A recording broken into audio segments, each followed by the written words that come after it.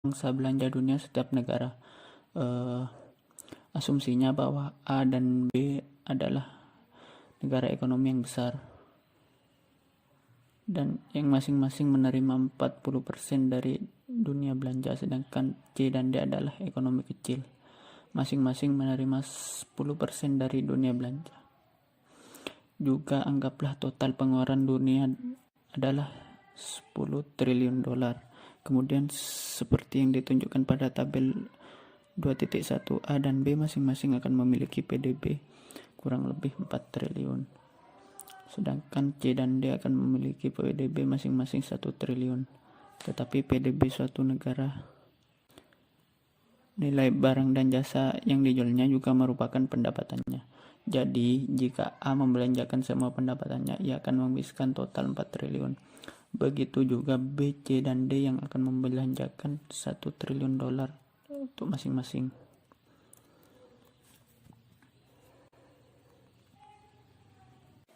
Jadi tabel itu menjelaskan model gravitasi ekonomi sangat sesuai dengan perdagangan dua negara yang sangat proporsional.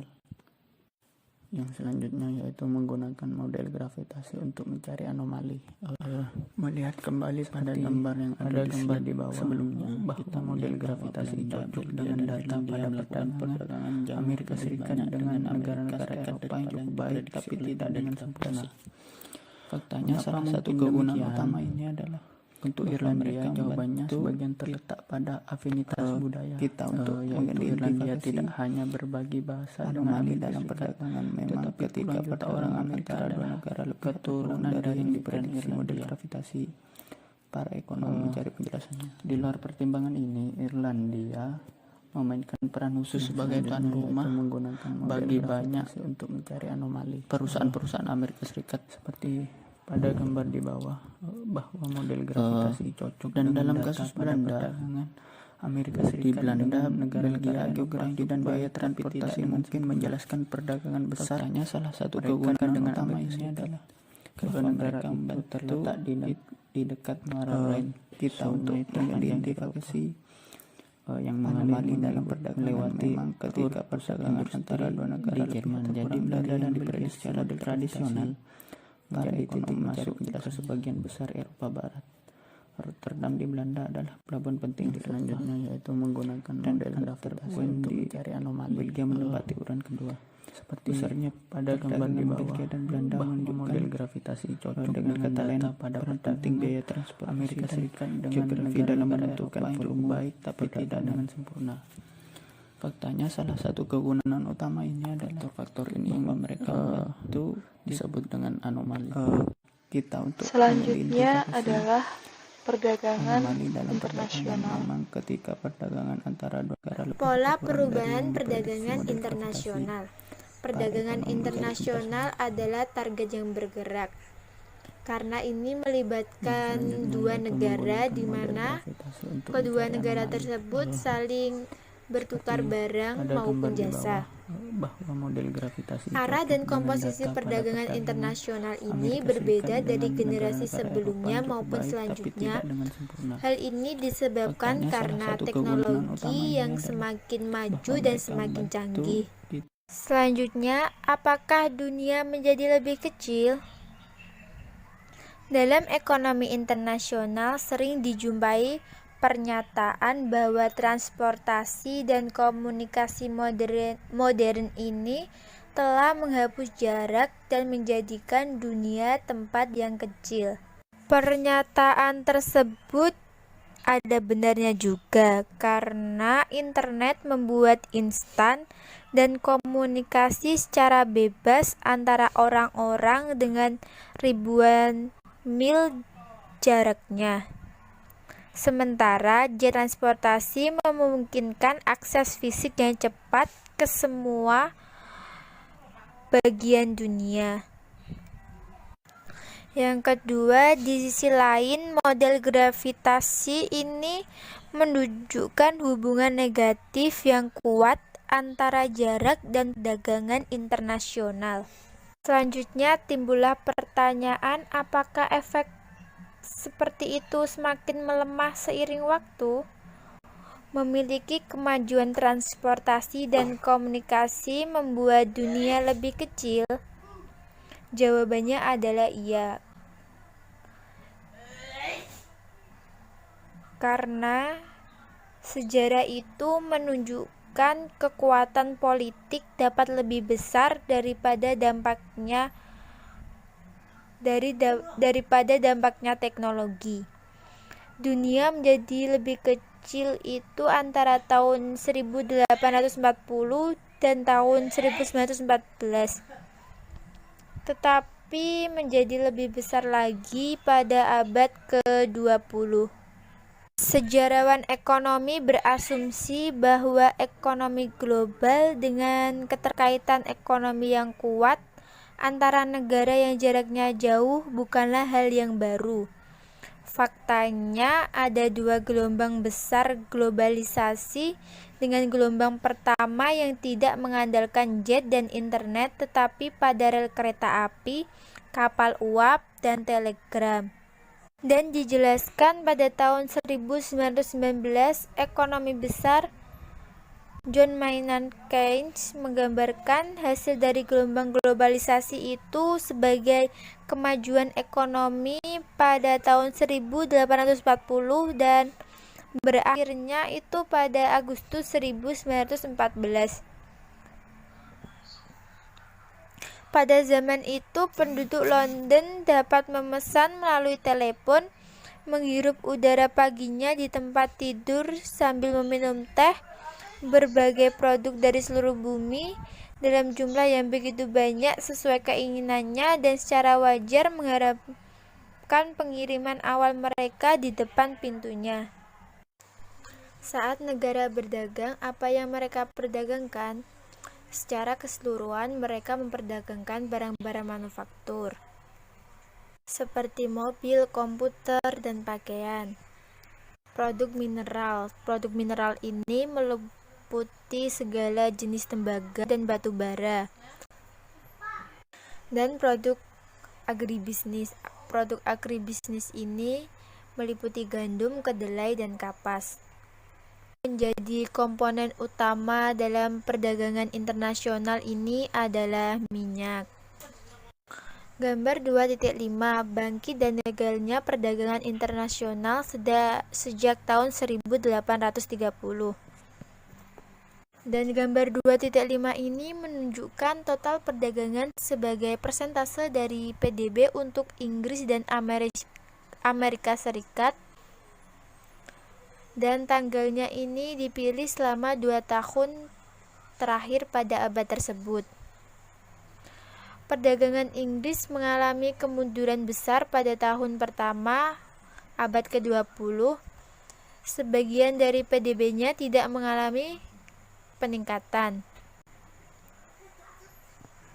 Dan sekitar 20 tahun atau lebih perdagangan internasional di negara Inggris ini menjadi hal yang penting, yaitu pada tahun 1910 bahkan perdagangan internasional menjadi tidak penting bagi negara Amerika Serikat pada abad ke-19. Gambar 2.6 menunjukkan rincian persentase ekspor dunia pada tahun 2005. Dilihat pada gambar tersebut bahwa manufaktur merupakan bagian terbesar dari perdagangan internasional. Bagian besar nilai penambangan barang yang diekspor pada tahun 2005 ini terdiri dari minyak bumi dan bahan bakar. Dan perdagangan produk pertanian. Produk pertanian ini merupakan hal yang penting dalam memberi dampak ke negara, akan tetapi produk pertanian ini hanya menyumbang sebagian kecil dari nilainya di dalam dunia modern. Tabel 2.4 pangsa barang manufaktur ekspor dan impor pada negara Inggris dan Amerika Serikat pada tahun 1910 dan 2002. Dilihat dalam tabel, pada tahun 1910 negara Inggris mengekspor 7,54 dan impornya sebesar 24,5.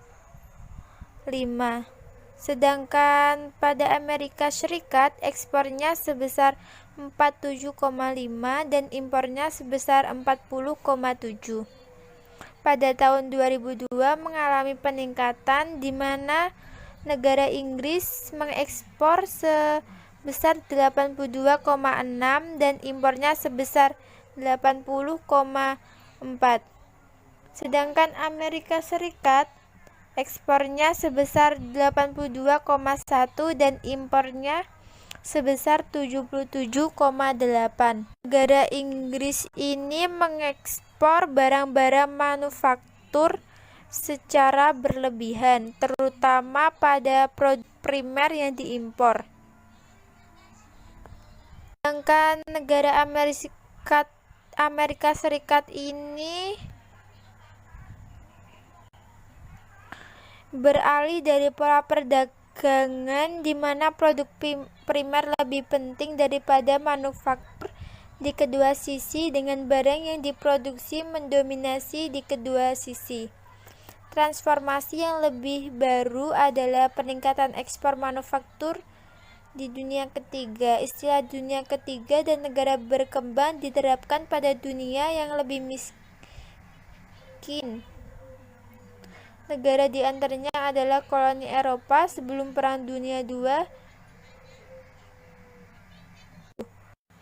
Selanjutnya, layanan outsourcing. Layanan outsourcing ini atau sering disebut dengan penyedia jasa tenaga kerja.